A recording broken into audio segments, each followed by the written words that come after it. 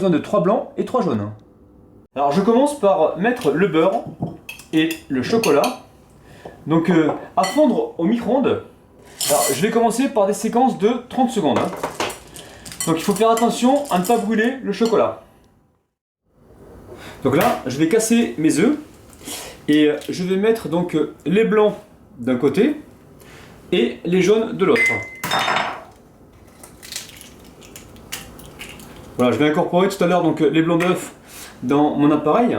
Ça va m'apporter de la légèreté. Donc là, j'ai sorti mon chocolat et mon beurre du micro-ondes. Donc là, je mélange comme il faut et je l'incorpore. En fait, je le verse directement dans mes jaunes. Voilà. Et maintenant, je vais donc ajouter ma pincée de sel dans mes blancs et je vais les monter en neige.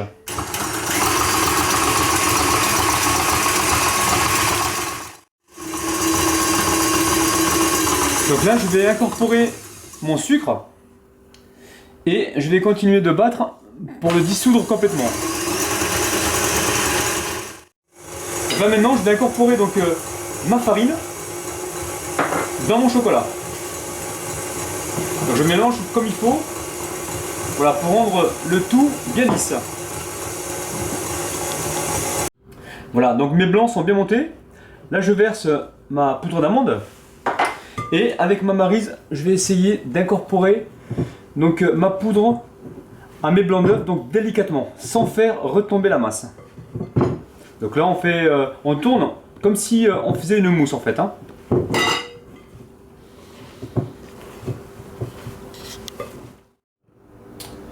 Maintenant, je réunis donc mes deux préparations. Encore une recette très facile de cuisine rapide. Vous allez voir avec un super résultat au final. Alors bien sûr, vous allez pouvoir parfumer donc ce brownie avec de la cannelle, de la vanille. Vous pouvez utiliser donc des noisettes si vous voulez, ou d'autres noix de votre choix. Donc moi j'ai utilisé des noix de pécan. Je trouve que ça va très très bien avec ma recette. Donc là pareil, je vais essayer de tourner comme si je faisais une mousse pour donc incorporer mes deux appareils. Voilà. Et là on veut un mélange uniforme. Donc mon four est en train de préchauffer à 160 degrés voire 170. Et donc la cuisson elle sera à peu près de 18 à 20 minutes. Il faut bien surveiller. Ce qu'il faut c'est regarder en fait le dessus de notre gâteau. Si le dessus est bien pris, c'est que le gâteau est cuit. Alors là je verse donc mes noix en une seule fois. Vous pouvez les griller donc auparavant si vous voulez, mais moi je le fais pas et j'arrive à avoir un très bon résultat. Donc voilà, notre appareil est prêt. Donc on va pouvoir le mettre dans notre moule. Alors c'est un moule que j'ai donc beurré dans un premier temps.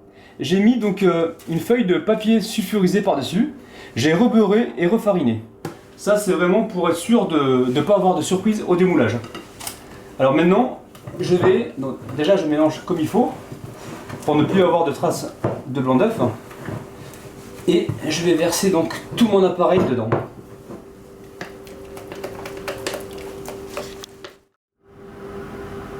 Voilà, donc là c'est parti pour la cuisson.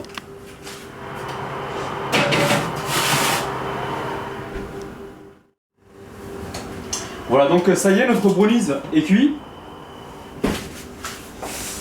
Voilà, donc le dessus est pris. Notre gâteau est légèrement tremblotant, c'est parfait.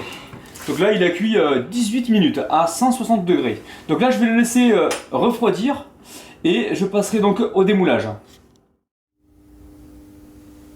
Alors mon brownies donc a bien refroidi. Voilà, il se démoule assez facilement grâce au papier cuisson. Voilà, c'est important de le couper quand il est bien froid. Voilà. Donc là, je vais couper donc une petite part. Voilà, c'est une grosse part. Je vais la recouper en deux. Voilà. Et là, je vous montre donc l'intérieur il est vraiment parfaitement cuit. Donc il faut bien respecter le temps de cuisson. Donc moi je l'ai mis 18 minutes, mais il faut pas aller au-delà, hein. Donc là on va passer au dressage. Donc là je prends un brownie. Voilà, et je vais le servir avec une boule de glace vanille. Alors l'idéal, ça serait quand même de le réchauffer 10 secondes au micro-ondes. Ça serait pas mal. Donc là, je dépose ma boule de glace vanille. Et donc je vais y déposer par-dessus un copeau de chocolat. Alors c'est des copeaux de chocolat que vous avez déjà vu dans mes vidéos précédentes. Et là, un petit peu de sauce, voilà, chocolat pour décorer. Voilà, ma recette est terminée. Là, je vais passer à la dégustation.